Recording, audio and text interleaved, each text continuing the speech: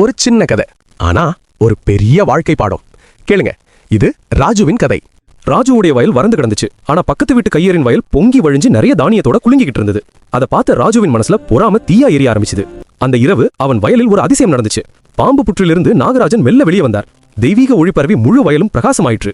நான் நாகராஜன், உன் விருப்பம் என்ன? ஒரே ஒரு வரம் கேளுன்னார். ஒரு நிமிஷம் யோசிச்ச ராஜு, என் வயல்ல தானியம் ஒரு காலம் தீராம இருக்கணும், அது மட்டும் போதும்னு கேட்டான். நாகராஜன் சிரிச்சு ததாஸ்துன்னார்.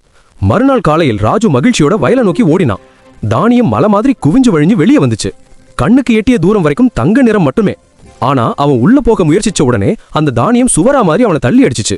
எவ்வளவு முயற்சிச்சாலும் ஒரு அடி கூட உள்ள வைக்க முடியல. வியாபாரிகள் வந்தாங்க, வண்டிகள் வந்துச்சு, ஆனா எடுக்க முடியல, விற்க முடியல. எல்லாரும் வெறுத்து திரும்பி போனாங்க.